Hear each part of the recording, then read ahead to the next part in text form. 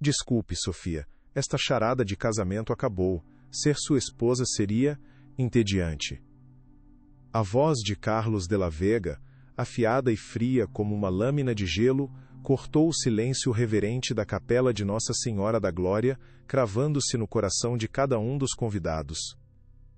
Ele ainda segurava a mão de Sofia, mas seu toque era repulsivo, um contato desprovido de qualquer calor humano, quase um insulto. Um sorriso zombeteiro dançava em seus lábios perfeitamente desenhados, enquanto seus olhos percorriam o corpo dela, num gesto de desprezo que a despia de sua dignidade diante de centenas de olhares. A alta sociedade paulistana, acomodada nos bancos de madeira entalhada, prendeu a respiração coletivamente, criando um vácuo de som que parecia sugar todo o ar do ambiente. Os murmúrios cessaram instantaneamente, substituídos por um silêncio pesado, denso e incrédulo. Carlos, deliciando-se com o poder daquele momento, ergueu a voz com uma clareza teatral, garantindo que sua próxima punhalada fosse, e ouvida por todos, do altar ao último banco. Sua ingenuidade é um fardo, general, e a fortuna da sua família, uma piada perto da minha. Ele soltou a mão dela com um gesto brusco, como se descartasse algo sujo e sem valor. O buquê de lírios brancos, símbolo de pureza e esperança, escorregou dos dedos trêmulos de Sofia, caindo com um baque surdo e final no mármore polido do chão. Os fotógrafos, sentindo o cheiro de sangue no ar, avançaram como abutres famintos, suas lentes transformadas em armas que capturavam cada detalhe da agonia dela. Cada flash era como uma nova facada, gravando sua humilhação para a posteridade. Seu vestido de noiva, a peça mais linda que já vestira, de repente pareceu pesado, uma mortalha de seda e renda que a sufocava. O sonho de uma vida inteira desmoronou em segundos, transformado em um pesadelo público e inescapável. Você vai se arrepender disso, Carlos. A voz do general Ricardo Montalvo foi um sussurro baixo, quase inaudível para a maioria, mas carregado com o peso de uma tempestade devastadora que se formava no horizonte. Posicionado discretamente atrás do noivo, uma figura imponente e estoica em seu uniforme de gala branco, ele ouviu cada palavra venenosa com uma clareza dolorosa e cortante. Sua mandíbula se contraiu com força, um músculo saltando em sua face endurecida por décadas de disciplina militar e autocontrole férreo. Seus olhos, de um azul gélido como o Ártico, fuzilaram as costas de Carlos com uma intensidade que parecia capaz de queimar através do tecido caro de seu terno. Aquele jovem arrogante acabara de cometer o maior erro de sua vida, um erro de cálculo fatal, confundir o amor paternal e a postura reservada do general com fraqueza. Ricardo não moveu um único músculo. Sua postura era de um predador experiente avaliando sua presa, calculando o momento exato do ataque. A fúria que sentia era uma fornalha nuclear contida, controlada por um treinamento que moldara sua alma, o que a tornava ainda mais perigosa. Ninguém zomba da minha família e sai impune, ele pensou, o juramento ecoando em sua mente como um tambor de guerra, uma promessa solene feita a si mesmo naquele exato instante. Ele viu um momento preciso em que o espírito de sua filha se quebrou, o brilho em seus olhos se apagando como uma vela em um vendaval violento. E naquele momento, a única coisa que importava era a justiça, não a justiça lenta dos tribunais, mas a justiça imutável da honra. O casamento podia ter acabado, mas uma guerra pessoal e implacável, acabara de começar. Se você gosta deste tipo de conteúdo, não se esqueça de se inscrever em nosso canal. Publicamos vídeos todos os dias, e dê um like no vídeo se você gosta desta história, e nos deixe nos comentários nos contando de onde você é, e a que horas nos escuta. Um murmúrio chocado finalmente correu pela capela, quebrando o silêncio paralisante que se instalara. Sofia empalideceu, os olhos marejados de lágrimas que se recusavam a cair, seu rosto se contorcendo em uma máscara de dor e incredulidade absolutas. Alguns fotógrafos, por um raro momento de decência humana, baixaram suas câmeras, enquanto outros, mais cruéis, aceleraram os cliques, capturando a cena de constrangimento em todos os seus ângulos devastadores. A vergonha era uma onda quente que subia por seu corpo, ameaçando consumi-la por completo. Ela se sentia nua, exposta, julgada por centenas de pares de olhos que antes a olhavam com admiração e agora a viam com uma mistura de pena e curiosidade mórbida. Os adornos de orquídeas exóticas e lírios brancos, que antes simbolizavam a pureza de seu amor, agora pareciam coroas de flores em um funeral, o funeral de seus sonhos. O champanhe, que esperava borbulhante nas taças finas na mansão agora, parecia ter um gosto amargo de cinzas em sua boca. A alta sociedade paulistana, que viera para celebrar a união de duas famílias poderosas, agora era testemunha de uma execução pública, um espetáculo de crueldade que seria comentado em jantares e eventos por meses a fio. O nome Montalvo, sinônimo de honra e tradição militar, estava sendo arrastado na lama por um homem que não conhecia o significado de nenhuma dessas palavras. A dor de Sofia era tão palpável que parecia ter uma presença física na sala, um fantasma de tristeza que pairava sobre todos. Mas o que ninguém ali poderia prever era a força da tempestade que estava prestes a ser desencadeada por aquele ato de desprezo. Algo estava prestes a romper de forma definitiva. A arrogância de Carlos de la Vega parecia não conhecer limites, alimentando-se da humilhação que ele próprio criara. Com um gesto teatral de desdém, ele puxou o anel de noivado do dedo de Sofia, a pele dela ficando marcada pela violência do ato. A joia, um diamante magnífico que simbolizava um futuro brilhante que agora se revelava uma farsa, brilhou por um instante sob as luzes da capela, capturando todos os olhares antes que ele a deixasse cair deliberadamente no chão. O som do metal e da pedra batendo no chão de mármore foi seco, agudo, um ponto final cruel e ressonante na humilhação pública.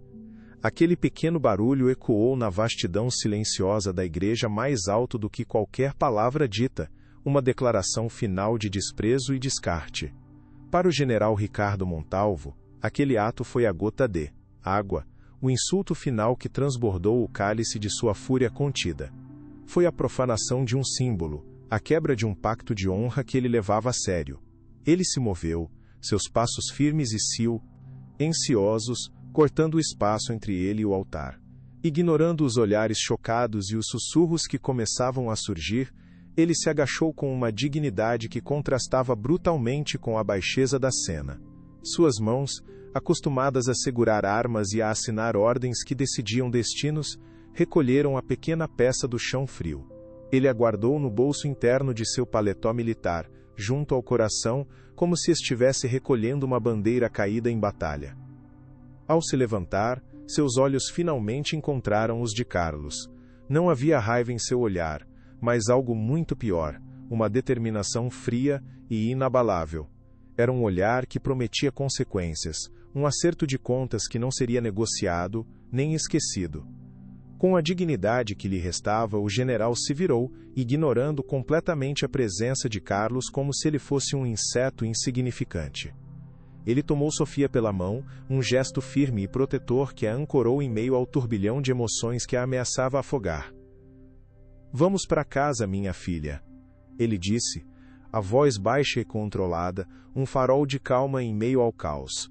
Ele a guiou para fora da capela, abrindo caminho através da multidão de convidados atônitos, que se afastavam respeitosamente, diante da figura imponente do general. Ninguém ousou dizer uma palavra, ninguém ousou impedi-los. A saída deles foi tão silenciosa e solene quanto uma retirada militar, deixando para trás os destroços de um evento que deveria ter sido o mais feliz de suas vidas.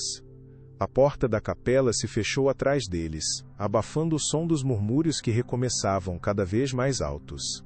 Lá dentro, Carlos de la Vega ficou sozinho no altar, o sorriso arrogante começando a vacilar, substituído por uma sombra de incerteza ao perceber a frieza no olhar do general.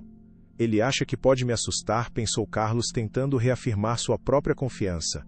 "Um velho soldado contra o poder do meu dinheiro, patético." Mas no fundo, uma semente de dúvida foi plantada. Ele havia provocado um homem cuja vida fora forjada em princípios que o dinheiro não podia comprar, e essa era uma variável que ele não havia calculado corretamente em seus planos. Enquanto isso, do lado de fora, a luz do sol pareceu dura e cruel para os olhos de Sofia, acostumados com a penumbra da igreja. A realidade a atingiu com a força de um golpe físico. Seu casamento não existia mais. Seu futuro era uma página em branco e assustadora. A viagem de volta para a mansão Montalvo foi feita em um silêncio esmagador e denso, quase palpável. O luxuoso carro que poucas horas antes deveria levar os noivos felizes para a festa de recepção, agora parecia um carro fúnebre transportando os destroços de um sonho. Sofia olhava pela janela, mas seus olhos não registravam a cidade passando em um borrão. Lágrimas silenciosas, pesadas de dor e incredulidade, escorriam por seu rosto pálido, deixando rastros brilhantes em sua pele.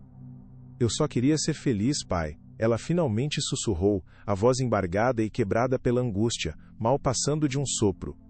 O general Ricardo segurou a mão dela com firmeza, um porto seguro em meio à tempestade de emoções que a assolava. Ele não ofereceu palavras vazias de consolo, pois sabia que nenhuma palavra no mundo poderia curar aquela ferida profunda e recém-aberta. O que eu fiz de errado para ele me odiar tanto? Ela se perguntava em um ciclo de tortura mental. A verdade, amarga e simples, era que ela não fizera absolutamente nada. Sua única falha aos olhos de um predador como Carlos era sua bondade e sua confiança. Onde está a honra nisso? Pensou Ricardo, sentindo a raiva se solidificar dentro dele, transformando-se em uma resolução de aço. Ele olhava para o perfil delicado de sua filha, uma jovem culta e sensível, cujo único sonho era construir uma vida ao lado do homem que amava. Um homem que se revelou um monstro calculista. A fragilidade dela naquele momento acendeu nele um instinto protetor feroz, primitivo. Ele era um soldado, um estrategista. E agora, sua única missão, a mais importante de sua vida, era proteger a honra de sua filha e garantir que o responsável por sua dor pagasse um preço inimaginavelmente alto. Ao chegarem à mansão, os empregados, que esperavam ansiosamente para celebrar, os receberam com olhares de compaixão e tristeza. A notícia já havia chegado, viajando na velocidade da luz através de mensagens e telefonemas. A casa, decorada para uma festa grandiosa, com arranjos florais exuberantes e mesas postas com a mais fina porcelana, parecia um cenário fantasma, um lembrete cruel do que deveria ter sido. Desfaçam tudo, ordenou o general com a voz contida mas firme, cancelem os músicos, a comida, tudo. Ele guiou Sofia escada acima, para a segurança de seu quarto, longe dos olhares piedosos e dos vestígios da celebração abortada. Ela se sentou na beira da cama, o vestido de noiva ainda sobre o corpo, sentindo-se uma estranha em sua própria pele, em sua própria vida. Pai, não entendo o que fiz de errado, ela repetiu, a pergunta ecoando a confusão e a dor que a consumiam. Ricardo se ajoelhou à sua frente, um gesto que ele não fazia desde que ela era uma criança pequena com um joelho ralado. Ele segurou seu rosto entre as mãos, forçando-a a olhar para ele. Sofia, escute bem, você não fez nada de errado. A maldade não precisa de motivos, ela apenas existe, e você teve a infelicidade de cruzar o caminho de um homem mau. Mas a culpa não é sua. Nunca foi. As palavras dele eram uma âncora, a única coisa sólida em um mundo que se desfazia. Ela o abraçou com força, soluçando em seu ombro, finalmente permitindo que a dor transbordasse em um dilúvio de lágrimas. Ricardo a segurou firme, sentindo cada soluço dela como uma punhalada em seu próprio coração. E a cada lágrima, sua determinação se tornava mais afiada, mais letal. Enquanto a dor e o choque se instalavam como uma névoa tóxica na mansão Montalvo, na residência opulenta dos Della Vega, a atmosfera era completamente outra. A preocupação deles não era com corações partidos, mas puramente pragmática e financeira. Carlos, que diabos você estava pensando? Esbravejou Dom Ramiro ao telefone, sua voz ecoando, pelo escritório revestido de mogno. Você tem a menor noção do escândalo que acabou de criar? Nossos parceiros estão ligando, a imprensa está em polvorosa. Do outro lado da linha, Carlos respondeu com a mesma arrogância de antes, sem um pingo de remorso. Pai, relaxe, aquela família é irrelevante. Eu cansei daquela encenação chata. Sofia era entediante. Além disso, o objetivo já foi alcançado. Dona Helena, uma mulher fria como gelo, pegou o telefone da mão do marido. Querido, o problema não é a garota, disse ela com uma voz calculista e cortante. É a percepção pública. Precisamos controlar a narrativa imediatamente. Vamos pintar Sofia como uma jovem instável, possessiva, ciumenta. A máquina de manipulação e controle de danos dos De La Vega já estava em pleno movimento. Para eles, o casamento era apenas um contrato, uma fusão de interesses para usar a reputação impecável do general Montalvo como uma fachada respeitável para lavar o dinheiro de seus negócios ilegais. A humilhação pública foi apenas um bônus sádico para o ego de Carlos. Eles acham que dinheiro pode comprar tudo, inclusive o silêncio e a honra, pensou Ricardo em seu escritório observando a noite cair. Ele sabia que enfrentaria uma família poderosa e implacável. Mas eles subestimavam a força de um homem que dedicou a vida a um código que o dinheiro não pode comprar. Eu preciso ser metódico, preciso ser cirúrgico, pensou o general, a mente estratégica entrando em modo de combate. Ele abriu a gaveta de sua antiga mesa de jacarandá e pegou um caderno de capa de couro e uma caneta. A mente treinada para a guerra, para antecipar os movimentos do inimigo e explorar suas fraquezas, começou a traçar uma estratégia complexa. Ele precisava entender o poder real do inimigo, suas alianças, seus ativos e, mais importante, seus pontos fracos. Ele sabia instintivamente que uma fortuna como a deles, construída tão rapidamente do nada, raramente era limpa. Havia segredos enterrados ali, podridão escondida sob uma camada de ouro. Sua primeira ligação da noite foi para um antigo colega do serviço de inteligência, um homem que lhe devia a vida. Preciso de um favor, meu amigo. Um favor muito grande e muito discreto, disse o general, sua voz baixa e firme, sem deixar espaço para recusas. Ele precisava de uma investigação completa, extraoficial e profunda sobre Carl, Sons de La Vega e toda a sua família. Enquanto isso, em seu quarto, Sofia sentia-se à deriva em um mar de dor. As paredes estavam repletas de fotos dela e de Carlos, sorrindo em viagens, jantares, momentos felizes. Cada imagem agora era uma mentira dolorosa, um testemunho de sua própria cegueira. Com um soluço de raiva, ela começou a arrancar as fotos das paredes, uma por uma. Os rostos felizes, as promessas silenciosas, tudo se transformou em papel rasgado em suas mãos. Como ela pôde ser tão cega? A pergunta a torturava, mas por trás da dor, uma nova e desconhecida emoção começava a surgir, a raiva. Ela se lembrou de um jantar, semanas antes do casamento, em um restaurante caro e exclusivo. Carlos estava de bom humor, brindando ao futuro deles. Em um momento de vulnerabilidade, ela confessou seus medos sobre a vida de casada, sobre as expectativas da sociedade. Carlos riu, um riso condescendente que a fez se sentir pequena. Você é ingênua demais para entender o mundo real, Sofia. Não espere muito de um casamento, ele é só um contrato, ele disse, bebericando seu vinho caro. Naquele momento, as palavras soaram apenas cínicas, uma bravata de um homem de negócios pragmático. Ela tentou ignorar, atribuindo ao seu humor peculiar. Agora, na solidão de seu quarto, aquelas palavras ecoavam em sua mente com uma clareza brutal. Não era cinismo, era uma confissão. Ele estava lhe dizendo a verdade o tempo todo, mas ela estava tão apaixonada, tão imersa em seu próprio sonho, que se recusou a vereador. Ele nunca a amou. Ele nunca a respeitou. Ela era apenas uma peça em seu jogo, um meio para um fim, que ela ainda não compreendia completamente. A dor da traição era imensa, mas a dor de sua própria ingenuidade era quase pior. Sentia-se tola, usada, descartada. A humilhação não começou no altar. Ela vinha sendo construída aos poucos, em pequenos gestos de desprezo, em palavras disfarçadas de piadas, em um padrão de comportamento que ela, cega de amor, se recusou a enxergar. Mas agora seus olhos estavam abertos. Dolorosamente abertos. E a visão era devastadora. A lembrança de outra humilhação, mais sutil, mas igualmente cruel, veio à tona, desta vez pública. Em um evento de caridade pré-casamento, um baile de gala, ela tropeçou em seu próprio vestido longo ao descer uma escadaria. Foi um acidente bobo, um momento de falta de jeito. Mas a reação de Carlos foi o que a marcou profundamente.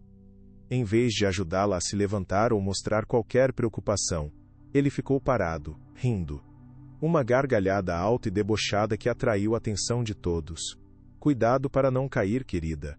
O chão pode não ser tão macio quanto a sua vida de algodão doce, ele disse, com um sorriso irônico para os convidados que os observavam.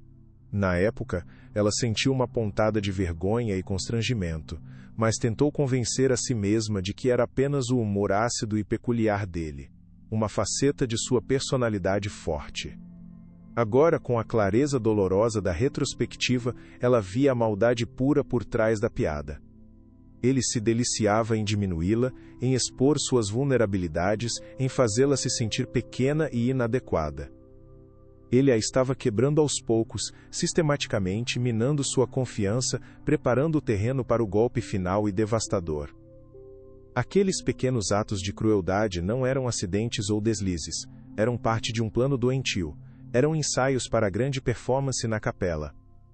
A dor de Sofia começou a se transformar em algo novo, uma brasa de raiva que começava a queimar intensamente em meio às cinzas de seu coração partido. Como ela pôde ser tão cega por tanto tempo? A pergunta ecoava em sua mente, impulsionando uma nova determinação. A notícia do escândalo na capela se espalhou como fogo em um campo seco. Os portais de fofoca e as colunas sociais explodiram com a história, cada um adicionando seu próprio floreio dramático. As primeiras versões, cuidadosamente plantadas pela assessoria de imprensa dos De La Vega, pintavam um quadro completamente distorcido e conveniente para eles. Fontes próximas ao casal afirmam que Sofia Montalvo era excessivamente ciumenta e controladora, dizia uma matéria tendenciosa. O jovem e promissor empresário Carlos de la Vega teria terminado o noivado no altar para escapar de um relacionamento que se tornara tóxico e abusivo, afirmava outra, invertendo completamente os papéis de vítima e agressor.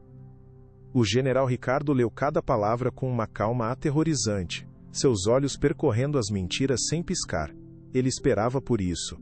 A guerra de narrativas era uma tática previsível para pessoas sem escrúpulos.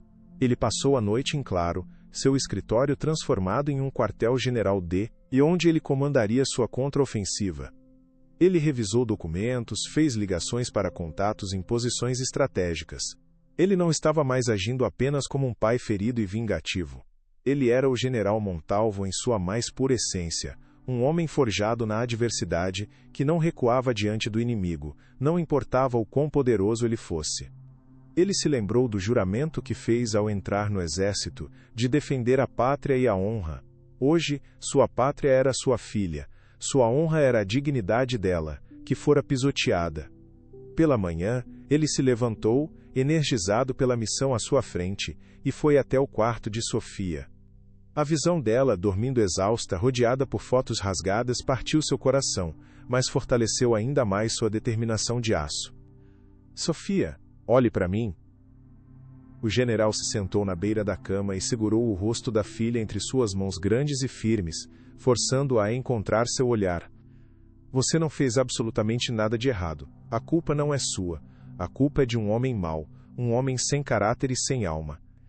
E eu prometo a você, aqui e agora, que ele vai pagar por cada lágrima que você derramou, e por cada segundo de dor que ele lhe causou.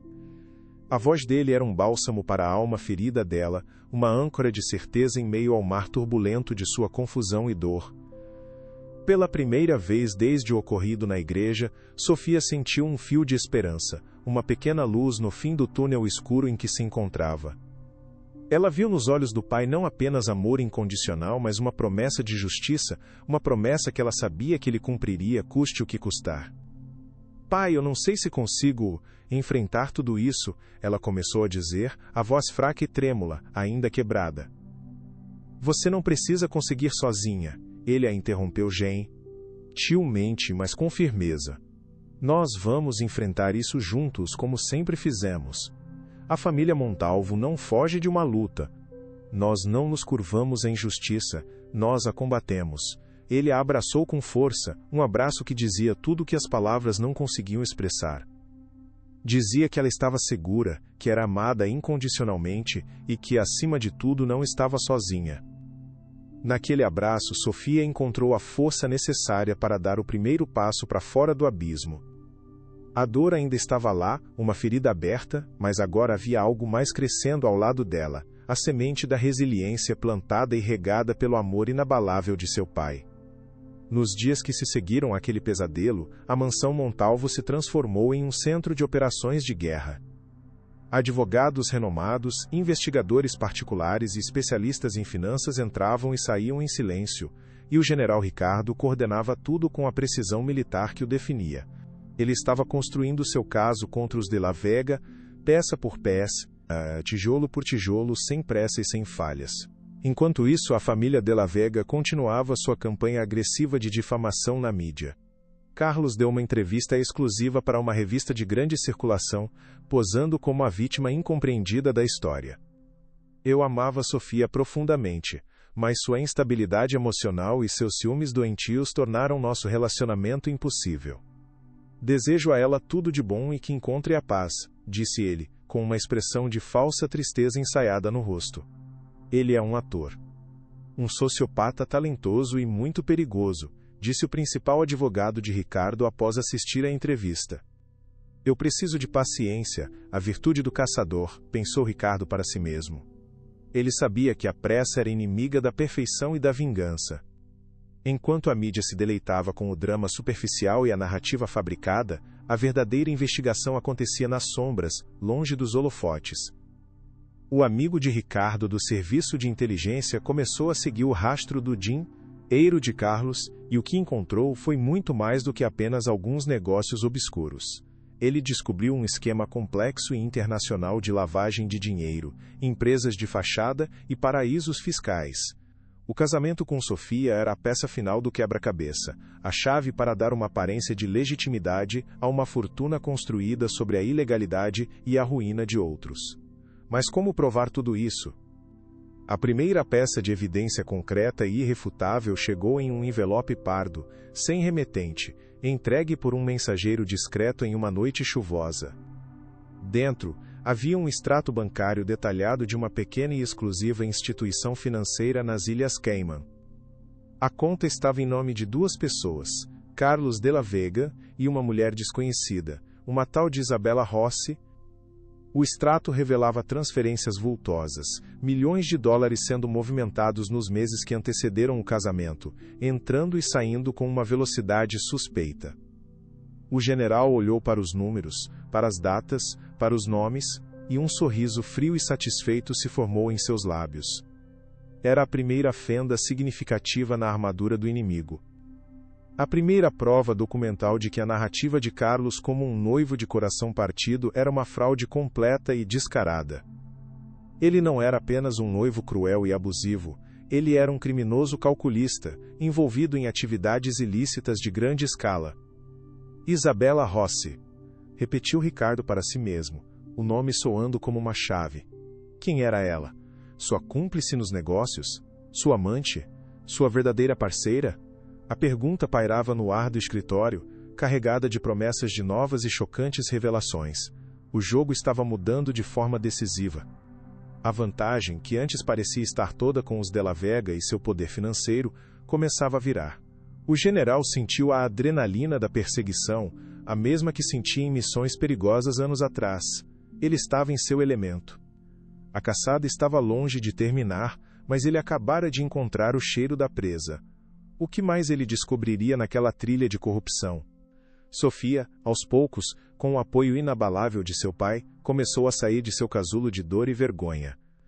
A raiva que sentia, antes um fogo destrutivo que a consumia por dentro, estava se transformando em uma força silenciosa e focada. Ela passava horas na vasta biblioteca da mansão, não lendo romances, mas biografias de mulheres na história que enfrentaram adversidades, traições e humilhações, e saíram mais fortes, donas de seus próprios destinos. Eu não sou uma vítima, pensou ela com uma convicção crescente que a surpreendia. Eu sou uma sobrevivente. Certa tarde, enquanto seu pai estava em uma longa reunião com os advogados, ela entrou no escritório dele em busca de um livro. Sobre a mesa de Mogno, viu o extrato bancário das Ilhas Cayman que havia chegado na noite anterior. Seu coração acelerou ao ver o nome de Carlos ao lado do de outra mulher, Isabela Rossi. Mas não era ciúme o que ela sentia, para sua própria surpresa, mas uma estranha e libertadora sensação de alívio.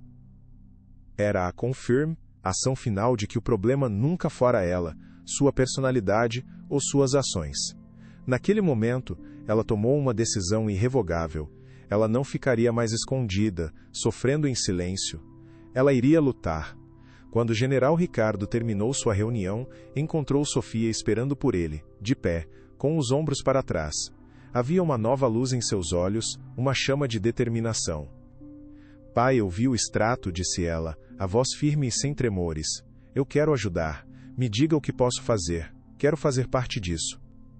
Ricardo olhou para sua filha e sentiu um orgulho imenso inundar seu peito. A jovem frágil estava dando lugar a uma mulher forte e resoluta. Sua força será nossa maior arma, filha. Enquanto pai e filha se uniam com um novo propósito, uma nova e inesperada testemunha surgiu das sombras.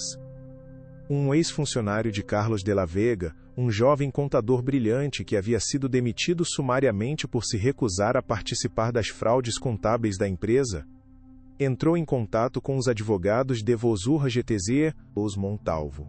Ele estava assustado, com medo das represálias da poderosa família, mas sua consciência não o deixava mais ficar em silêncio. O que eles fazem é podre, é imoral, disse ele em seu depoimento gravado. Eles destroem empresas menores, enganam investidores e destroem pessoas. O que fizeram com a dona Sofia foi apenas a ponta do iceberg, a parte visível de um monstro. Ele detalhou os negócios obscuros, as dívidas ocultas usadas para chantagear parceiros e a forma como Carlos usava de intimidação e ameaças para conseguir o que queria. Mais importante, ele forneceu documentos, planilhas criptografadas e cópias de e-mails que corroboravam cada palavra de sua história. Era a segunda peça crucial do quebra-cabeça, uma visão interna e detalhada do império corrupto dos de la Vega. A imagem pública de Carlos como um jovem empresário de sucesso, um self-made man, estava começando a se desfazer, revelando o homem ganancioso, manipulador e sem escrúpulos que ele realmente era. Da nova prova, o caso do general ficava mais sólido. Mas ele sabia que precisava de um golpe final, algo visual inegável que destruísse a reputação de Carlos aos olhos do mundo de uma forma que números e documentos jamais conseguiriam. Ele precisava de uma prova que falasse diretamente ao coração das pessoas. Precisamos de algo que fale mais alto que palavras e números, pensou Ricardo, enquanto analisava o material reunido. Ele sabia, por sua experiência em guerra psicológica, que uma fotografia impactante valia mais que 1000 documentos em um tribunal, e principalmente, no tribunal da opinião pública. E foi exatamente isso que seu contato da inteligência lhe entregou na semana seguinte. Um novo envelope pardo, desta vez mais grosso, contendo um conjunto de fotografias de alta resolução. As imagens mostravam Carlos de la Vega em uma ilha paradisíaca no Caribe, em uma praia de areias brancas, abraçado a uma mulher deslumbrante, a mesma Isabela Rossi da conta bancária. Eles riam, se beijavam apaixonadamente, claramente um casal íntimo e apaixonado de férias. A data impressa no canto das fotos era o detalhe crucial. Foram tiradas apenas 2 meses antes da data marcada para o casamento com Sofia. A traição era descarada, a prova definitiva da vida dupla e mentirosa que ele levava. O general Ulvor olhou para as fotos, o rosto uma máscara de fúria contida. Aquelas imagens seriam o prego no caixão da reputação de Carlos. Sofia, por sua vez, olhou para as fotografias com uma calma surpreendente que nem ela esperava ter. A dor da traição já havia sido processada. O que ela sentia agora era uma fria e absoluta certeza. Então essa é ela, disse, a voz neutra.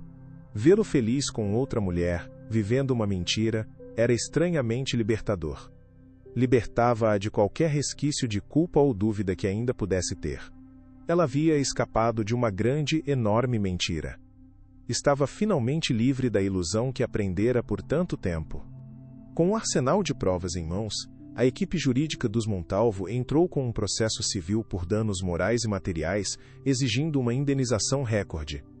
No entanto, O objetivo do general ia muito além do dinheiro. Ele queria justiça pública, a exposição da verdade e a completa restauração da honra de sua filha. A primeira audiência de conciliação foi marcada no Fórum da Barra Funda, um dos mais movimentados do país. A notícia caiu como uma bomba na mídia, reacendendo o interesse público pelo caso que parecia ter esfriado. Os de la Vega, sentindo a pressão aumentar, intensificaram seus ataques, usando seus contatos na imprensa para tentar desacreditar as provas que vazavam aos poucos. Eles vazaram informações falsas, acusando o general de forjar evidências por vingança, de ser um pai controlador que não aceitava o fim do noivado da filha. Era uma estratégia desesperada e suja, típica de quem se sente encurralado. Eles estão com medo, pensou Ricardo com uma satisfação sombria. O medo os tornava descuidados, previsíveis. Eles não tinham a menor ideia da extensão do arsenal que os Montalvo haviam reunido. Acreditavam piamente que sua influência e seu dinheiro poderiam abafar qualquer escândalo, como sempre fizeram no passado. Mas, desta vez, era diferente. Desta vez, eles não estavam enfrentando um rival de negócios corruptível ou um político comprado. Estavam enfrentando um pai com nada a perder e tudo a defender. O palco para o confronto final estava sendo montado, e a cidade inteira estava esperando para assistir à queda de um império. Na véspera da audiência, uma ansiedade paralisante tomou conta de Sofia. Ela sentiu um nó no estômago que não se desfazia. A ideia de encarar Carlos novamente, de estar no mesmo ambiente que ele, era aterrorizante. Ela confessou seu medo ao pai naquela noite. E se eu não conseguir? E se minha voz falhar na hora de falar? E se eu desmoronar na frente de todos? O general a ouviu pacientemente, e, sem dizer uma palavra, a levou até a grande lareira da sala de estar. Ele pegou um atiçador de ferro maciço e o colocou nas chamas até que a ponta ficasse vermelha e incandescente. Veja, filha, disse ele a voz calma e profunda, o fogo não destrói o ferro, ele o purifica. Ele o molda, batendo nele até torná-lo mais forte, transformando-o em aço. Você passou pelo fogo nos últimos meses. Amanhã, você não vai quebrar. Você vai mostrar a todos a força que esse fogo lhe deu. As palavras dele, a metáfora poderosa, a encheram de uma coragem que ela não sabia que possuía. Ela não era a mesma jovem ingênua e frágil que caminhou até o altar meses atrás, cega de amor. A dor a havia transformado, forjado-a em algo novo. Ela era feita de um material mais resistente agora. Ela segurou a mão do pai, sentindo a força e a confiança que emanavam dele, transferindo-se para ela. Estou pronta, disse ela, e pela primeira vez, ela realmente acreditava nisso. Juntos, eles iriam enfrentar a tempestade não para se abrigar dela, mas para e tornarem a própria tempestade. O dia seguinte definiria não apenas seus futuros, mas também o verdadeiro significado da justiça e da honra. A manhã da audiência chegou, fria e cinzenta, como se o céu de São Paulo refletisse a sobriedade do momento. A frente do fórum estava lotada de repórteres, cinegrafistas e curiosos, um circo midiático em pleno funcionamento. Os de la Vega chegaram primeiro, em um carro blindado preto, cercados por seguranças de terno. Carlos desceu do carro exibindo um ar de confiança forçada, um sorriso arrogante nos lábios. Minutos depois, o carro do general Montalvo parou. Ele desceu primeiro, impecável em seu terno escuro, a postura ereta de um comandante. Ele abriu a porta para Sofia. Ela saiu do carro e o mundo pareceu parar por um instante. Seu queixo estava erguido, seus olhos firmes e diretos, encarando as câmeras sem medo, sem vacilar. Ao lado do pai, ela caminhou pela multidão, um símbolo silencioso de dignidade e resiliência. Dentro da sala de audiências, a tensão era palpável, quase física. As duas famílias sentaram-se em lados opostos, um abismo entre elas. Carlos evitou o olhar de Sofia, mas ela o encarou diretamente, sem piscar. O general sentou-se ao lado de sua filha, sua presença uma fortaleza silenciosa. Lembre-se de quem você é. Lembre-se do aço, pensou ele, transmitindo sua força para ela através de um leve toque no braço. A juíza entrou, uma mulher de meia idade com reputação de ser justa, mas implacável. Estamos aqui para buscar a verdade, disse ela, sua voz ressoando na sala. O advogado dos de la Vega começou, descrevendo Sofia como emocionalmente desequilibrada e o general como um homem perigosamente vingativo. Mas algo na calma e na postura dos Montalvo dizia a todos que a história estava muito longe de acabar. Eu preciso ser a voz da minha própria verdade, pensou Sofia, enquanto ouvia as mentiras e calúnias sendo ditas sobre ela com uma calma que a surpreendia. Cada palavra do advogado de Carlos era uma distorção cruel, uma facada em sua reputação. Mas ela não sentiu raiva. Sentiu uma espécie de pena da pobreza de espírito daquelas pessoas, que precisavam destruir os outros para se sentirem grandes. Quando chegou a sua vez de falar, seu advogado a chamou para depor. Ela caminhou até a tribuna, seus passos firmes e decididos no chão de madeira. Ela sentiu centenas de olhos sobre ela, mas focou apenas no rosto da juíza, buscando um ponto de ancoragem. Senhorita Montalvo, por favor, conte a esta corte o que aconteceu no dia do seu casamento, pediu seu advogado com uma voz gentil. Sofia respirou fundo, fechou os olhos por um segundo, a imagem da capela, o rosto zombeteiro de Carlos, a dor aguda, tudo veio à tona. Mas, em vez de sucumbir à emoção, ela a canalizou, transformando-a em força. E, Sionla começou a falar, sua voz surpreendentemente clara e constante, descrevendo não apenas o que aconteceu no altar, mas também as pequenas humilhações que o antecederam, os comentários depreciativos, o padrão de abuso emocional sutil que ela só agora, com distância, conseguia enxergar com clareza. Ela não chorou. Suas palavras eram seu testemunho, e elas eram mais poderosas do que qualquer lágrima. A sala ouvia, em silêncio absoluto, a verdade de uma mulher que se recusava a ser silenciada. O advogado de Carlos, um homem conhecido por sua agressividade, tentou desestabilizá-la no interrogatório. Senhorita Montalvo, não é verdade que a senhorita era extremamente ciumenta e possessiva? Que suas suspeitas infundadas e sua constante necessidade de atenção levaram o meu cliente ao limite, forçando-o a se afastar? Ele era habilidoso, suas perguntas eram armadilhas retóricas bem construídas. Mas Sofia estava preparada, havia ensaiado aquele momento em sua mente 1000 vezes. Não, doutor. Não é verdade. Eu não era ciumenta, eu era cega pela confiança, eu confiava no homem com quem ia me casar, como qualquer pessoa apaixonada faria.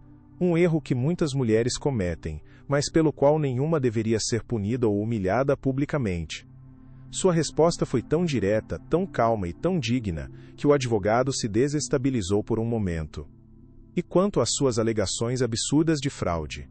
O que uma estudante de História da Arte sabe sobre negócios internacionais e finanças? Ele perguntou, com um tom claramente condescendente, tentando diminuí-la. Sofia olhou diretamente para Carlos, que a observava com um misto de surpresa e raiva, antes de responder ao advogado. Eu não sei muito sobre negócios, doutor. Mas eu sei sobre caráter. E eu aprendi, da maneira mais dolorosa possível, que o homem sentado ali não tem absolutamente nenhum. A sala ficou em um silêncio profundo. A autenticidade de Sofia era inegável, palpável. Ela não estava atuando. Estava simplesmente contando a sua verdade, e sua verdade começava a demolir o castelo de cartas dos de la Vega, uma carta de cada vez. O general Ricardo Montalvo observava tudo com uma calma calculada e um orgulho avassalador. Ele estava imensamente orgulhoso da força de sua filha. Ela havia superado todas as suas mais otimistas expectativas. Agora, era a vez dele. Seu advogado o chamou como testemunha. Ele caminhou até a tribuna, sua presença imponente enchendo a sala, o silêncio se aprofundando com seus passos. Ele não falou como um pai enlutado ou raivoso, mas como um oficial de alta patente apresentando um relatório de missão, com fatos, precisão e uma autoridade natural. Ele descreveu os fatos objetivos, a humilhação pública, o impacto devastador sobre a saúde emocional de sua filha. Ele falou sobre honra, um conceito que para muitos soaria antiquado, mas que em sua voz ganhava um peso tremendo, quase sagrado. Minha vida inteira foi dedicada a servir meu país e a defender os valores da honra, da lealdade e do respeito. Ver esses valores serem zombados de forma tão vil foi uma afronta não apenas à minha família, mas a tudo em que acredito e pelo que lutei, disse ele, olhando diretamente para a juíza. Então, seu advogado fez a pergunta-chave, o clímax de sua estratégia. General Montalvo, o senhor tem alguma prova concreta para substanciar as sérias acusações de fraude e vida dupla que está fazendo contra o senhor de la Vega? Ricardo fez uma pausa dramática, deixando a tensão crescer na sala. Ele olhou para Carlos, que sorria com desdém, confiante de que o general não tinha nada além de palavras. Sim, meritíssima, nós temos. Aquele foi o momento em que o jogo virou de vez, e a certeza no rosto de Carlos começou a se desfazer. A sala de audiências mergulhou em um silêncio denso e expectante, a tensão atingindo seu ápice. O advogado dos Montalvo, com um ar de mestre de cerimônias prestes a revelar o grande final, ajustou seus óculos e dirigiu-se à juíza. Meritíssima, antes de apresentarmos as provas documentais e visuais, gostaria de chamar a atenção da Corte para um ponto crucial: o padrão de engano. O que veremos a seguir não é um simples ato de infidelidade, mas a prova de um plano meticuloso para usar e descartar minha cliente, visando obter acesso à reputação ilibada de sua família. A antecipação era quase insuportável. Um assistente projetou nos monitores da sala o depoimento em vídeo do jovem ex-contador das empresas de la Vega.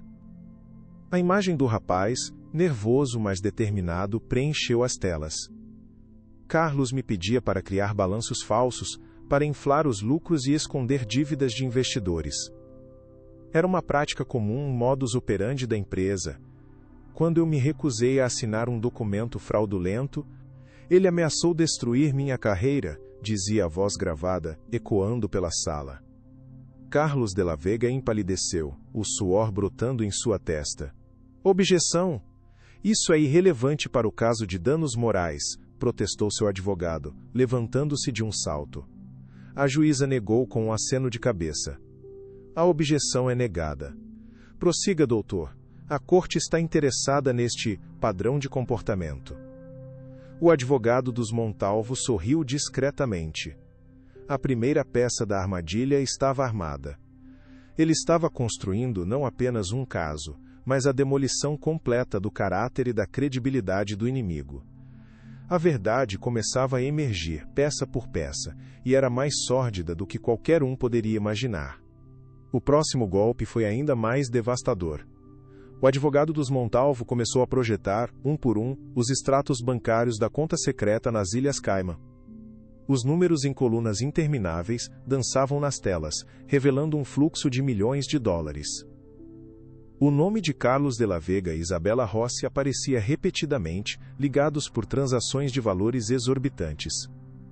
A defesa alega que as suspeitas da minha cliente eram fruto de ciúme doentio e imaginação fértil, disse o advogado, a voz cortante como aço. Pois bem, aqui está a imaginação dela, documentada em papel timbrado de um banco suíço. Milhões de dólares, cuja origem é no mínimo duvidosa, sendo movimentados por um homem que ao mesmo tempo jurava amor eterno à sua noiva. O murmúrio na galeria se transformou em um burburinho de choque. Os repórteres digitavam furiosamente, as manchetes já se formando em suas mentes. Esta não é a conta de um empresário de sucesso. Esta é a contabilidade de um criminoso, continuou o advogado, cada palavra um martelo cravando mais um prego no caixão da reputação dos de la Vega. Dom Ramiro e Dona Helena se entreolharam, o pânico estampado em seus rostos. Eles não sabiam da extensão dos negócios escusos do filho. Como eles conseguiram isso? Quem nos traiu? Pensou Dom Ramiro, sentindo o chão desaparecer sob seus pés. O império que ele construiu com unhas e dentes, usando de métodos questionáveis, estava ruindo diante de seus olhos, derrubado não por um rival de negócios, mas pelo amor de um pai por sua filha. A ironia era cruel e esmagadora. Ricardo, em seu escritório, na noite anterior à audiência, pegou a pequena joia que recolhera do chão da igreja. A luz da luminária se refletiu no diamante, criando um brilho frio e solitário. Ele o colocou ao lado dos extratos bancários recém-chegados das Ilhas Caimã. Este anel, pensou ele, a voz de sua mente grave e resoluta, é o símbolo da promessa quebrada, da honra profanada publicamente. E estes papéis, estes são a prova do crime por trás da mentira. Juntos, eles contam a história completa da fraude, tanto emocional quanto financeira. Ele fechou a mão em torno da joia, sentindo o metal frio contra sua pele. Aquilo não era apenas sobre vingança. Era sobre restaurar a ordem, sobre provar que certos valores não podiam ser comprados ou descartados impunemente. Aquele pequeno objeto se tornara o epicentro de sua missão, a representação física de tudo pelo que ele lutava. Ele guardou a peça de volta no bolso, perto do coração. Amanhã, na frente de todos, a verdade seria revelada em todas as suas facetas. A honra de Sofia não seria apenas defendida com palavras, mas provada com fatos irrefutáveis. Ele sentiu uma calma fria tomar conta de si. A calma de um comandante antes da batalha final, quando a estratégia está traçada e a vitória é a única opção possível.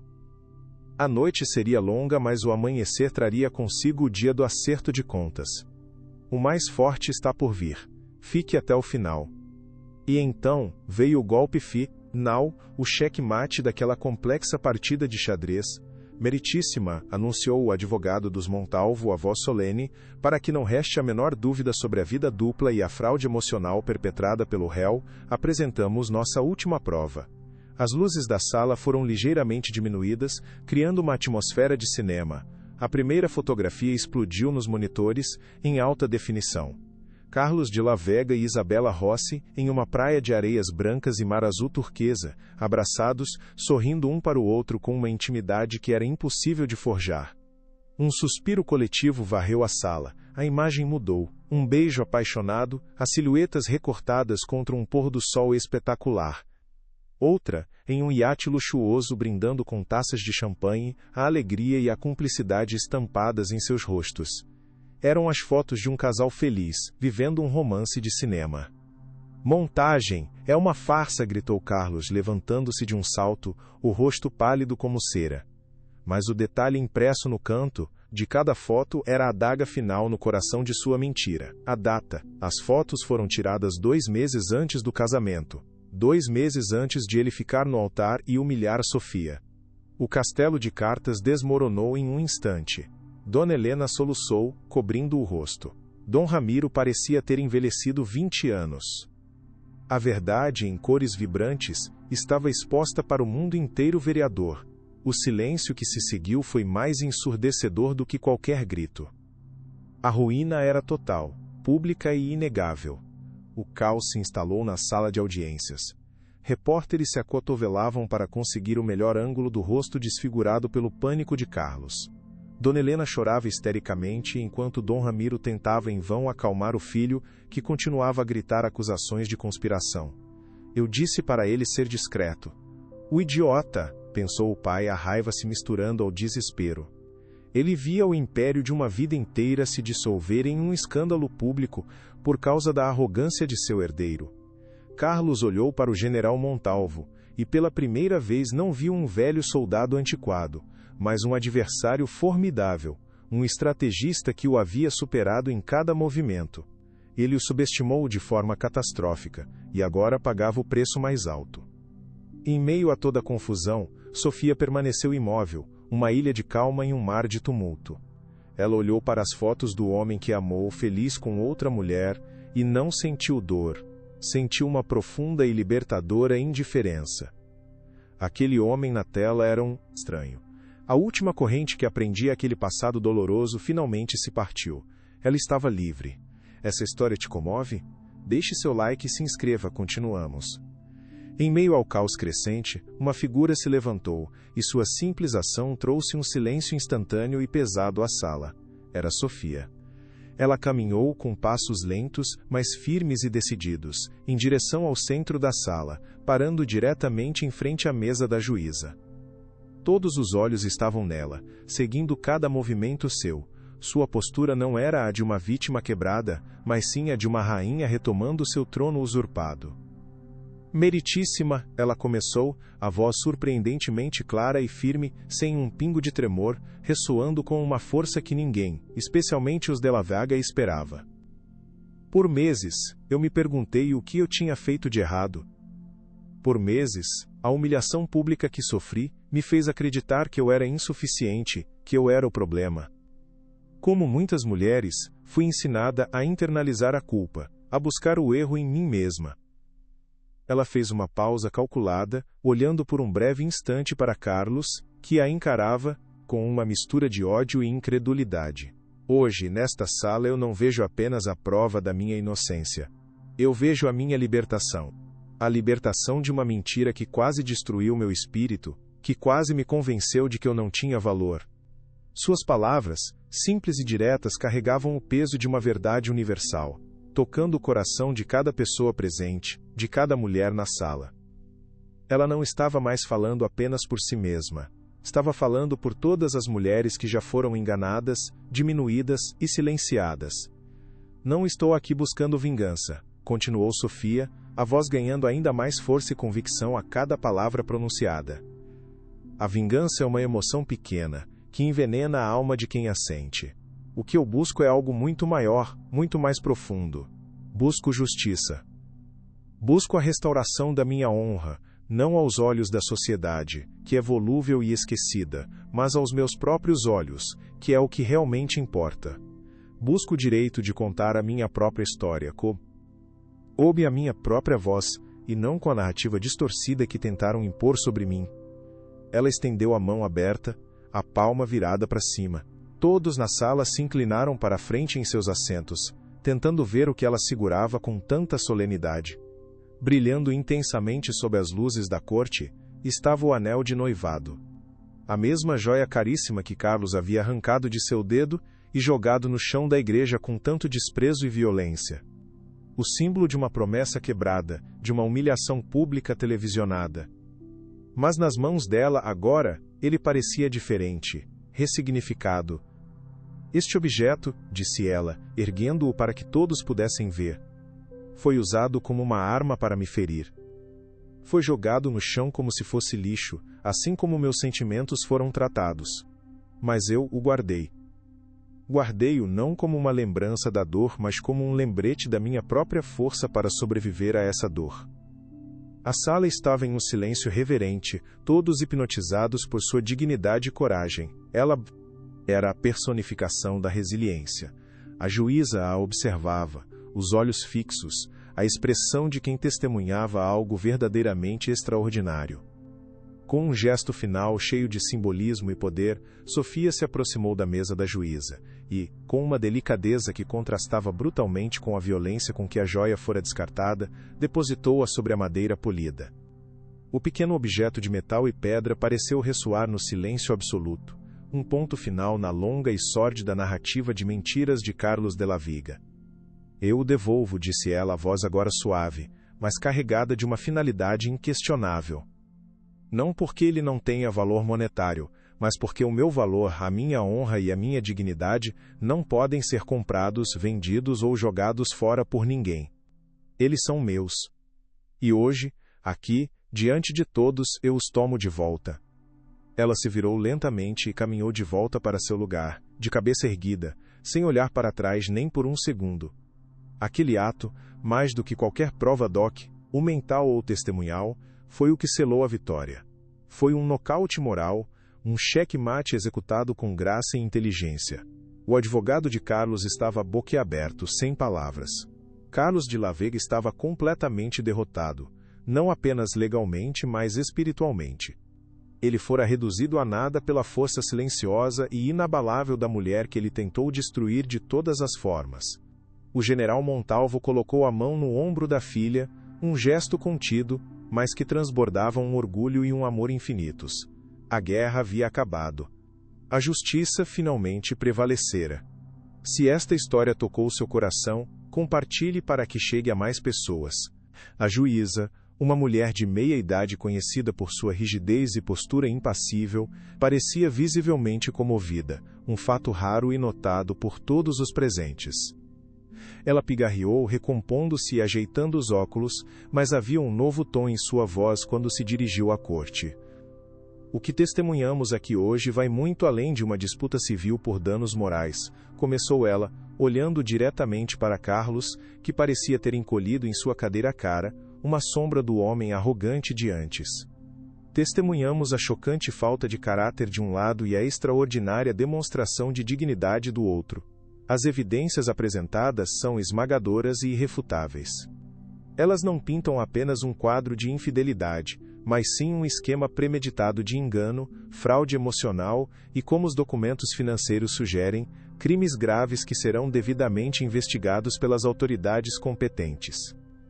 Um calafrio percorreu a espinha de Dom Ramiro e Dona Helena ao ouvirem a menção de uma investigação criminal. A ruína não seria apenas social, seria total e completa.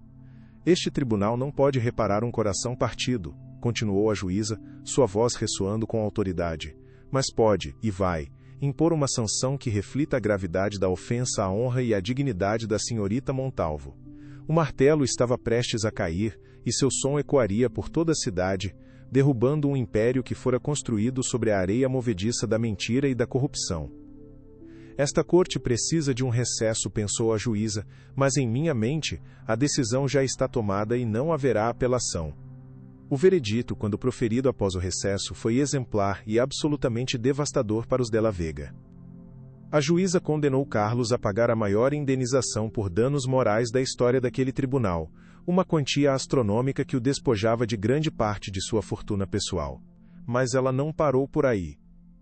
Em uma decisão sem precedentes, determinou o congelamento imediato de todos os bens da família Della Vega, incluindo empresas, propriedades e contas bancárias, aguardando uma investigação criminal completa por lavagem de dinheiro, evasão fiscal e formação de quadrilha.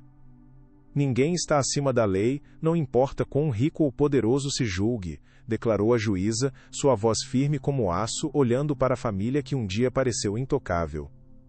Carlos ouviu a sentença com os olhos vazios, a realidade de sua queda finalmente o atingindo como uma avalanche.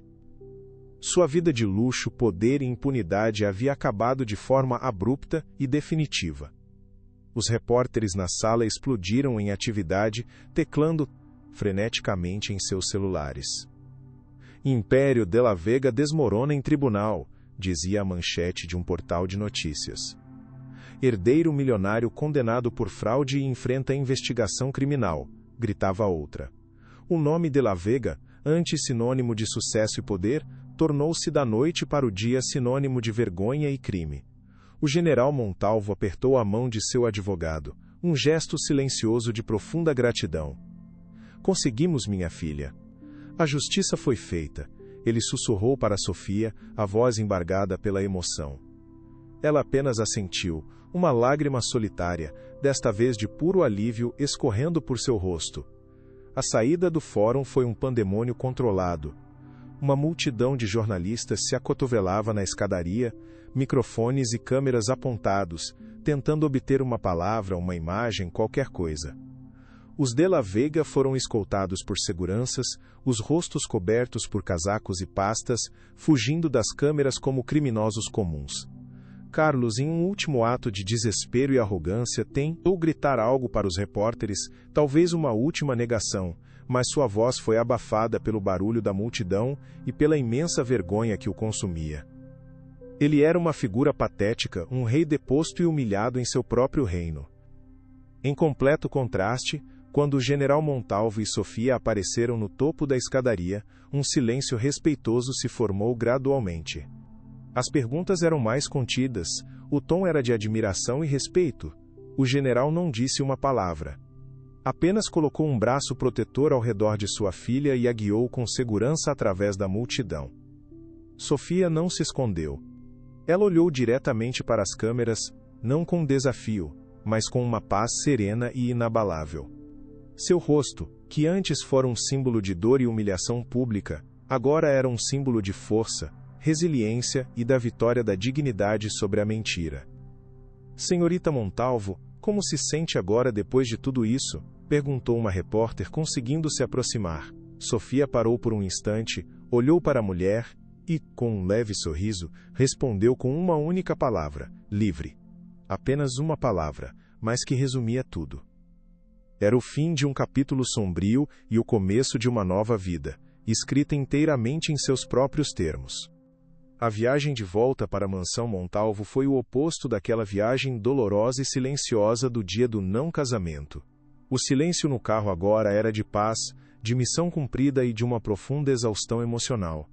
O general segurava a mão de Sofia, um contato físico que compartilhava a vitória sem a necessidade de palavras. Estou tão orgulhoso de você, minha filha, disse ele finalmente, a voz embargada pela emoção contida. Você foi mais corajosa do que qualquer soldado que eu já comandei em batalha. Sofia encostou a cabeça no ombro dele, sentindo o peso dos últimos meses finalmente se dissipar de seus ombros. Eu não teria conseguido sem você, pai. Você foi meu general nesta guerra. Eles chegaram em casa e foram recebidos pelos empregados leais, que formaram uma fila discreta no hall de entrada e os aplaudiram suavemente, um gesto de respeito e carinho. Enquanto isso, na escuridão de sua própria mansão, a família de la Vega enfrentava o colapso total. As linhas telefônicas não paravam de tocar. Advogados trazendo más notícias, parceiros de negócios furiosos cortando laços. Você nos destruiu, Carlos. Você nos destruiu, gritava Dom Ramiro fora de si. Sua arrogância e sua estupidez destruíram tudo o que eu construí a vida inteira. Carlos estava sentado em uma poltrona, bebendo uísque diretamente da garrafa, o olhar perdido no vazio. Ele havia perdido tudo: a fortuna, o status, o respeito. E no fundo de sua alma, ele sabia que a culpa era apenas sua. Ele havia subestimado o poder da honra, um conceito que sempre considerou antiquado e irrelevante. A verdade era que sua guerra estava perdida antes mesmo de começar. Na mansão Montalvo, o telefone também tocou incessantemente, mas as chamadas eram de uma natureza completamente diferente. Eram amigos, colegas militares do general, pessoas comuns que acompanharam o caso pela imprensa, todos ligando para expressar seu apoio, sua admiração e seu respeito. A história de Sofia e do general havia tocado um nervo sensível na sociedade, tornando-se um símbolo de que a justiça, por mais difícil que parecesse, ainda era possível. O som do riso de Sofia, conversando animadamente com uma amiga de infância ao telefone, preenchia a grande sala que antes fora o palco de tanta dor e planejamento estratégico. O som daquele riso genuíno e livre era a maior vitória de todas. A notícia do veredito se espalhou como um incêndio. O caso tornou-se um marco jurídico, um estudo sobre abuso narcisista, manipulação emocional e, acima de tudo, a luta por justiça e dignidade. Sofia, que tanto temia a exposição pública, tornou-se contra sua vontade uma heroína para muitas pessoas que se viam em situações semelhantes. Cartas, e-mails e mensagens começaram a chegar, de mulheres de todo o país que haviam passado por situações de engano e humilhação. Sua história me deu forças para sair de um relacionamento abusivo, escreveu uma. Obrigada por nos lembrar que nossa dignidade não tem preço, dizia outra. Sofia lia cada mensagem com lágrimas nos olhos, percebendo que sua luta pessoal e dolorosa havia se transformado em algo muito maior, um farol de esperança para incontáveis outras. Talvez tudo isso tenha tido um propósito, afinal, pensou ela, sentindo um novo senso de direção tomar conta de si. A juíza, ao redigir a sentença final dias depois, incluiu um parágrafo que se tornou célebre e foi amplamente citado pela imprensa e por juristas. Ela escreveu: a honra não é um conceito arcaico, mas o fundamento sobre o qual uma sociedade justa e civilizada é construída. Ela é a base da confiança, do respeito e da integridade.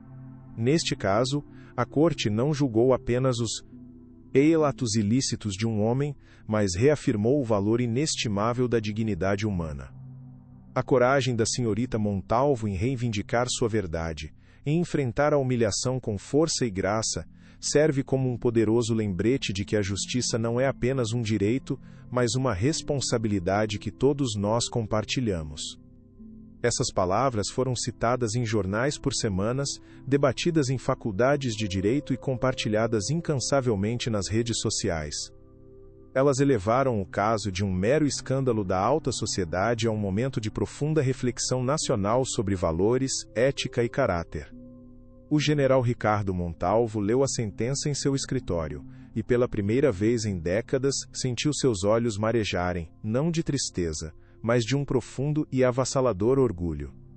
A justiça que ele buscou para sua filha havia sido entregue de uma forma que transcendia qualquer compensação financeira.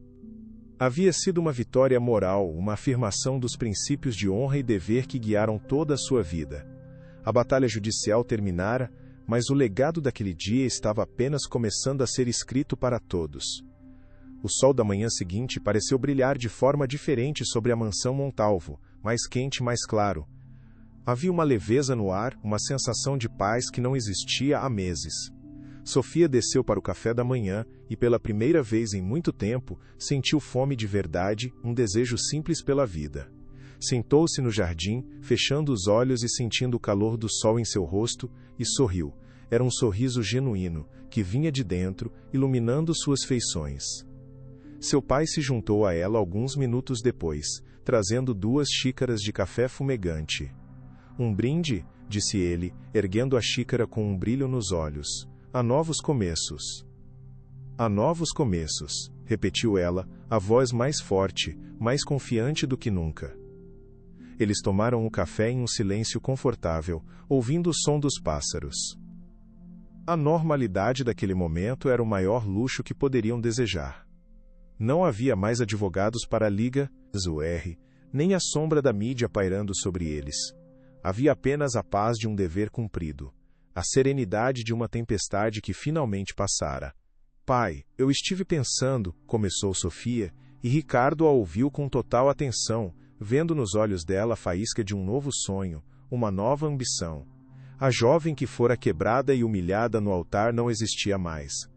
Em seu lugar estava uma mulher pronta para conquistar o mundo, não com a ingenuidade de antes, mas com a sabedoria forjada no fogo, com a força do aço temperado. O pico da crise havia passado, e o que se estendia à sua frente era a promissora e vasta planície de uma nova vida. Eu preciso transformar essa dor em algo positivo, disse Sofia. A determinação em sua voz era palpável, como uma força da natureza. Eu não quero que minha história seja lembrada apenas pela humilhação que sofri, mas pelo que eu construí a partir dela. Quero que o legado disso seja de esperança, não de sofrimento. O general Ricardo ouvia atentamente, o coração transbordando de um orgulho que mal cabia no peito. O que você tem em mente, querida?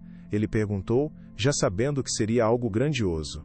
Sofia respirou fundo, os olhos brilhando com uma nova paixão. Eu quero criar uma fundação que ofereça apoio jurídico e psicológico gratuito para mulheres vítimas de abuso emocional e manipulação. Quero usar cada centavo dos recursos da indenização para dar a outras mulheres a chance de lutar, de recuperar sua voz, de reconstruir sua dignidade, assim como eu recuperei a minha com a sua ajuda. A ideia era ousada, ambiciosa, e nasceu do cerne de seu sofrimento. Era a alquimia perfeita, transformando o chumbo da dor no ouro da esperança para outras. É uma ideia magnífica, Sofia. Absolutamente magnífica, disse o general, a voz cheia de admiração e amor. E eu estarei ao seu lado, em cada passo do caminho, como seu primeiro voluntário. Nos dias que se seguiram, a energia na mansão mudou completamente. Sofia mergulhou de cabeça no projeto, reunindo-se com os melhores advogados e psicólogos do país. Será chamada a Fundação Fênix, ela anunciou em uma reunião, porque é sobre renascer das cinzas, mais forte, mais sábia e mais brilhante do que antes. A última vez que o nome De La Vega apareceu com destaque na mídia foi para noticiar o leilão judicial de todos os seus bens, incluindo a mansão opulenta onde tantas festas arrogantes foram dadas, para pagar as dívidas com credores e a indenização milionária a Sofia Montalvo. Carlos foi formalmente indiciado por múltiplos crimes financeiros, e sem o poder de seu pai para protegê-lo, enfrentava uma longa e inevitável pena de prisão. Sua queda foi tão espetacular quanto sua ascensão fora meteórica. Ele se tornou um conto de advertência na alta sociedade, um lembrete sombrio de que o caráter vale infinitamente mais do que a fortuna. Dom Ramiro e Dona Helena se retiraram completamente da vida pública, vivendo em um exílio autoimposto em uma propriedade menor, a sombra da vergonha os seguindo para onde quer que fossem. Eles perderam não apenas seu dinheiro, mas seu nome, sua reputação, seu lugar no mundo. Para os Montalvo, no entanto, o futuro era brilhante. A notícia sobre a criação da funda São Fênix foi recebida com entusiasmo e apoio generalizado de todos os setores da sociedade.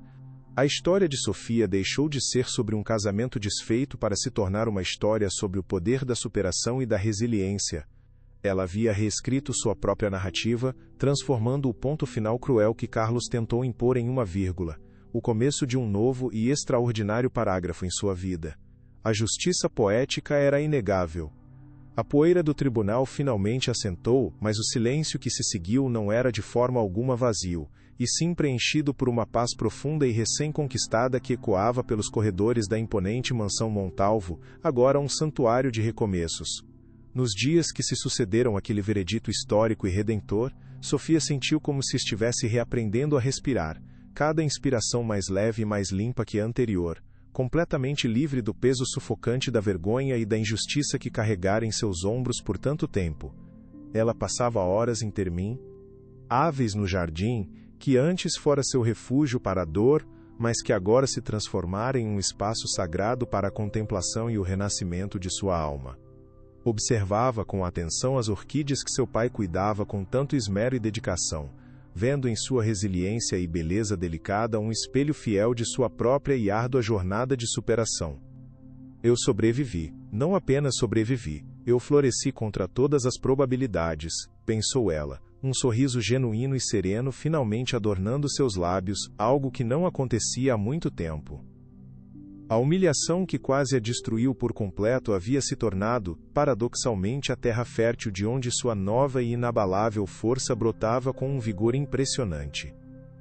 O general Ricardo a observava de longe da janela de seu escritório, o coração transbordando de um orgulho silencioso e absolutamente avassalador. Ele via não mais a menina frágil que precisava de sua proteção constante, mas uma mulher forjada no fogo da adversidade, cuja alma de aço Farra brilhava com uma luz própria e inconfundível. Ele havia cumprido sua promessa sagrada.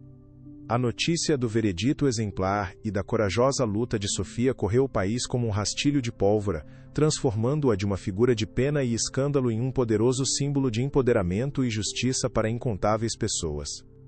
Cartas, e-mails e mensagens de apoio chegavam aos montes, de mulheres de todas as idades e classes sociais que viam em sua história um reflexo doloroso mas inspirador, de suas próprias lutas silenciosas e privadas. Uma senhora de idade com a caligrafia trêmula, escreveu: "Minha querida menina, sua coragem me deu as forças que me faltavam para finalmente denunciar as fraudes financeiras do meu próprio genro, que me rouba há anos." Uma jovem universitária cheia de indignação e admiração, enviou um e-mail longo e emocionado. "Sofia, obrigada por nos mostrar de forma tão clara e contundente que a nossa dignidade não é, e nunca será, negociável."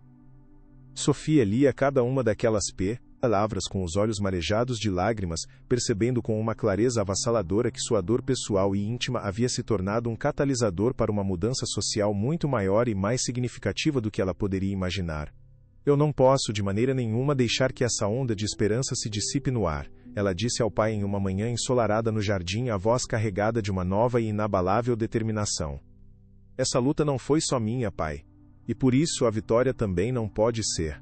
O general assentiu lentamente, compreendendo o propósito nobre que nascia no coração ferido, mas agora resiliente de sua filha. Ela não queria apenas curar suas próprias feridas. Queria usar suas cicatrizes para iluminar o caminho de outras. "Eu quero usar cada centavo da indenização para criar algo duradouro, algo que realmente signifique alguma coisa para o mundo", anunciou Sofia durante um jantar tranquilo, sua voz firme e clara ecoando pela sala de jantar que, meses antes, fora o palco de tanta angústia e planejamento estratégico para a batalha judicial. O general Ricardo a olhava do outro lado da mesa, os talheres de prata parados a meio caminho do prato, a admiração e o orgulho brilhando intensamente em seus olhos. "Eu quero criar a Fundação Fênix", continuou ela, a paixão evidente em cada palavra. Um lugar que ofereça apoio jurídico, psicológico e financeiro totalmente gratuito para mulheres que foram vítimas de abuso emocional, manipulação financeira e fraude. Um lugar seguro onde elas possam encontrar as ferramentas para lutar, a força para se reerguer e a solidariedade para saberem que não estão sozinhas nesta jornada. A ideia era absolutamente brilhante, nascida diretamente das cinzas de sua própria experiência, a dolorosa. Era a transmutação perfeita da dor em propósito, da tragédia em esperança coletiva. Será o nosso legado, Pai. Um legado de honra, justiça e resiliência. Ricardo Montalvo sentiu um nó se formar em sua garganta, a emoção tomando conta de seu ser. Aquele era o momento que definia o verdadeiro significado de sua vitória. É a melhor e mais nobre ideia que já ouvi em toda a minha longa vida, minha filha, disse ele, a voz embargada e trêmula pela emoção que o dominava. E pode ter certeza de que eu serei seu primeiro e mais dedicado soldado nesta nova e importante missão. Enquanto a Fundação Fênix começava a tomar forma nos projetos e planos detalhados de Sofia, a derrocada final e humilhante da família de la Vega se desenrolava como o último ato de uma tragédia grega, observada por toda a sociedade. A mansão opulenta, que antes fora o palco de festas extravagantes e demonstrações arrogantes de poder, foi a leilão, seus móveis caríssimos e obras de arte valiosas vendidos para cobrir apenas uma pequena fração das dívidas astronômicas e da indenização imposta pela justiça.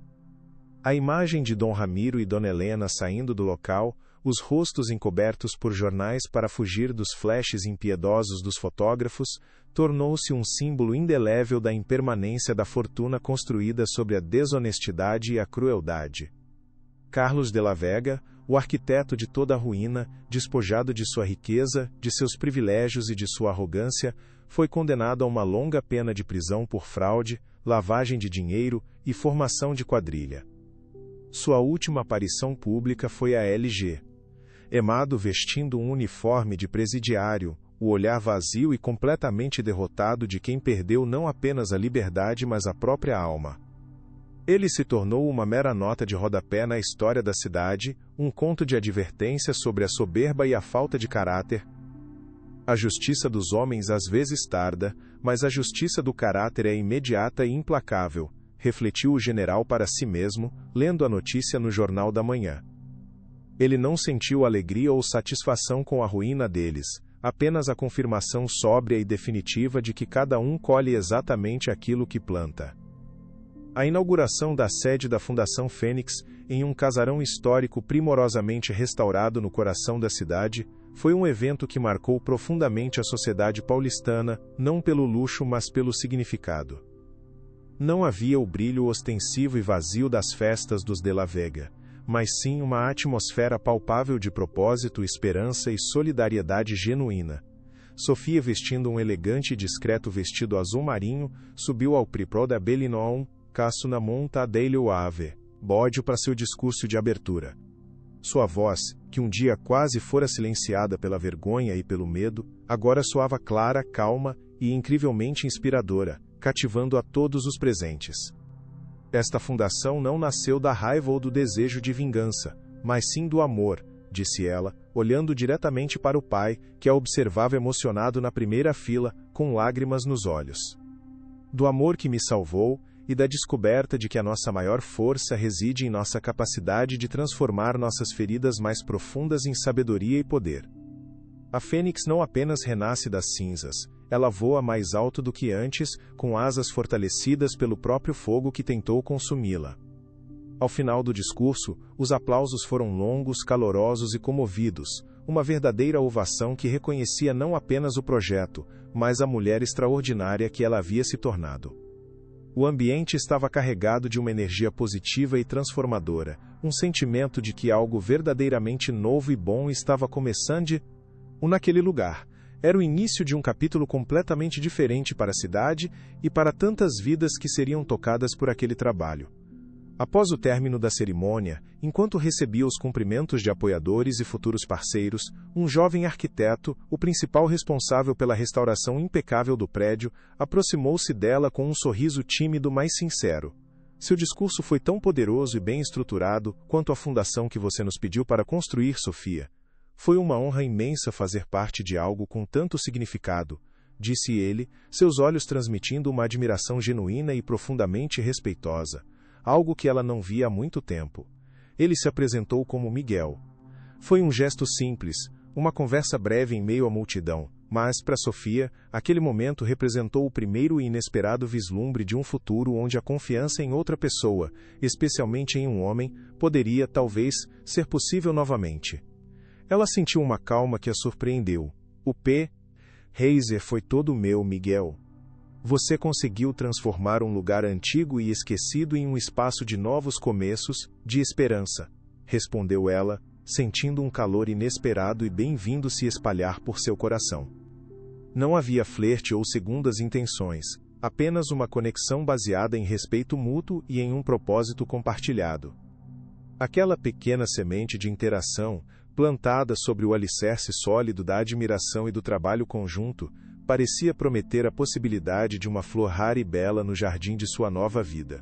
O que o futuro reservaria para eles? Paralelamente ao trabalho incansável na fundação, Sofia decidiu que precisava de um espaço que fosse inteiramente seu, um santuário para sua alma e para sua paixão original, a arte. Ela retomou seus estudos em História da Arte com um novo vigor e, com o restante dos recursos que obteve da indenização, abriu uma pequena e charmosa galeria de arte no bairro nobre dos Jardins. O lugar foi batizado com um nome que resumia sua jornada: Galeria Resiliência. Era um espaço intimista e acolhedor, inteiramente dedicado a promover novos artistas, especialmente mulheres, cujas obras contavam histórias de superação, força e transformação. O local rapidamente se tornou um ponto de encontro cultural, um oásis de beleza e significado em meio à agitação da cidade. Cada quadro nesta parede é um testemunho vivo de que a beleza pode, sim, nascer da dor e do caos, explicou ela a um renomado crítico de arte durante a movimentada noite de abertura. O general Montalvo caminhava pelo local com um orgulho indisfarçável, observando as obras de arte, mas principalmente observando sua filha em seu elemento. Ela se movia com uma graça e uma confiança que eram a personificação de seu novo eu. Ela não era mais definida pelo que lhe acontecera, mas pelo que ela escolheu fazer com aquilo. Ela construiu seu próprio império, pensou ele, não de dinheiro ou poder, mas de cultura, esperança e dignidade. A galeria não era apenas um negócio, era a declaração final e inequívoca de sua independência, a prova de que ela havia, de fato, reescrito completamente o seu próprio destino. Um ano se passou, e a Fundação Fênix já era uma referência nacional, tendo ajudado dezenas de mulheres a encontrar justiça, a recuperar sua autoestima e a reconstruir suas vidas do zero. O nome Montalvo, antes associado à rigidez militar e a um escândalo doloroso, agora era sinônimo de filantropia, integridade e esperança. Em uma tarde de outono, o general Ricardo estava sentado em um banco na praça em frente à fundação, esperando Sofia terminar uma reunião importante. Ele observava as pessoas passando, a vida seguindo seu curso normal. Ele estava oficialmente aposentado, a farda branca de gala guardada como uma relíquia de um tempo passado. A paz que sentia era profunda, uma serenidade que vinha de um dever cumprido, não para a pátria, mas para a pessoa mais importante de sua vida. Sofia saiu do prédio sorrindo ao vê-lo, ao seu lado estava Miguel, o arquiteto, carregando algumas plantas para o novo jardim sensorial da fundação. A cumplicidade entre os dois era sutil, mas evidente na forma como conversavam e riam. Pai, Miguel vai nos ajudar a projetar uma nova ala para o aconselhamento infantil, um projeto pro Bono, disse ela, os olhos brilhando de entusiasmo. Uma ideia brilhante, filha. O futuro precisa ser protegido desde cedo, respondeu o general, cumprimentando o rapaz com um aceno de cabeça respeitoso. Ele via no olhar de Miguel o mesmo respeito e a mesma admiração que ele próprio sentia por Sofia. Ele parece ser um bom homem, pensou Ricardo. Um homem que sabe o valor do tesouro que tem à sua frente. A antiga capela, palco de sua maior humilhação pública, foi visitada por Sofia em uma tarde silenciosa de terça-feira. Ela entrou sozinha, sentindo o ar frio do local, e sentou-se no mesmo banco de madeira onde seus convidados testemunharam sua dor lancinante. O ar ainda parecia carregar ecos daquele dia terrível, Mas eles não a assombravam mais como fantasmas, eram apenas memórias distantes de uma pessoa que ela não era mais. Ela olhou para o altar, para o chão de mármore frio onde a joia fora jogada com tanto desprezo. Não havia mais dor em seu peito, apenas uma gratidão serena pela jornada que aquele momento terrível havia iniciado. Foi exatamente aqui que uma parte de mim morreu, pensou ela tocando a madeira do banco, mas foi também aqui que a mulher que sou hoje começou a nascer, das ruínas da minha antiga inocência. Ela se levantou e caminhou para fora, sob o sol forte da tarde, deixando para trás os fantasmas do passado de uma vez por todas. Aquele ato de revisitar o local do trauma não foi para reviver a dor, mas para confirmar a sua cura completa. Ao sair, sentiu o celular vibrar em sua bolsa. Era uma mensagem de Miguel: pensando em você, que tal um café mais tarde na sua galeria? Ela sorriu, um sorriso genuíno e leve, digitando a resposta: adoraria. O futuro não era mais um território assustador e incerto. Era uma tela em branco, e ela era a artista, pronta para pintá-la com as cores vibrantes da esperança, do amor e de infinitas possibilidades. A maior e mais difícil batalha que um homem pode lutar não é no campo de guerra, com canhões e estratégias, mas sim pela honra e pela dignidade daqueles que ama, disse o general Montalvo a um jovem cadete que o entrevistava para um trabalho da Academia Militar. O rapaz, visivelmente impressionado com a história que já se tornara uma lenda nos círculos militares e civis, perguntou com reverência qual fora a sua maior condecoração em toda a sua carreira. O general sorriu, um sorriso sábio e cansado, e apontou para um quadro na parede de seu escritório. Não era uma medalha de bravura ou uma comenda do governo, mas a primeira reportagem de jornal sobre a Fundação Fênix, com uma foto grande de Sofia discursando, o rosto radiante de força e propósito. Aquela ali é a minha maior honra. Ele havia dedicado a vida a um código de conduta rígido, a um conjunto de valores que muitos consideravam antiquados. Mas foi esse código que lhe deu a bússola para a nave. Egar na tempestade mais escura de sua vida e guiar sua filha para um porto seguro. Ele aprendeu que a verdadeira força não estava na rigidez da disciplina, mas na flexibilidade do amor, na capacidade de se adaptar e lutar com todas as armas disponíveis quando a dignidade de sua família estava em jogo. Sua missão agora era zelar de longe pelo legado que sua filha estava construindo, um legado que provava que a integridade, no final das contas, era a única fortuna que verdadeiramente perdurava. 5 anos depois, a Galeria Resiliência era um dos espaços de arte mais respeitados de São Paulo, conhecida por seu olhar apurado para novos talentos e por lançar carreiras de sucesso no cenário nacional e internacional. Sofia Montalvo, agora uma curadora de renome, era uma mulher de negócios astuta e uma voz influente e respeitada no mundo da cultura. A Fundação Fênix havia se expandido exponencialmente, com filiais em outras capitais, e já tinha ajudado legal e psicologicamente mais de 1.000 mulheres a reescreverem suas próprias histórias de superação, um número que crescia a cada dia. Os jornais e revistas não se referiam mais a ela com o título humilhante de A Noiva Abandonada, mas como a filantropa que transformou a dor em poder, ou a Dama da Resiliência.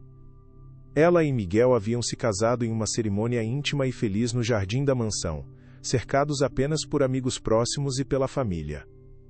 A união deles era uma parceria sólida de amor, respeito e admiração mútua, a prova viva de Pu e de Capreen, que novos começos eram sempre possíveis, não importando a profundidade das feridas do passado. Eu nunca imaginei que a felicidade pudesse ser tão calma, tão serena, ela confessou a ele em uma noite enquanto observavam as estrelas da varanda.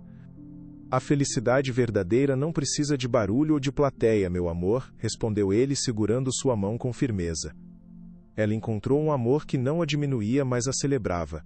Um amor que não era uma charada complexa, mas a mais pura e simples das verdades.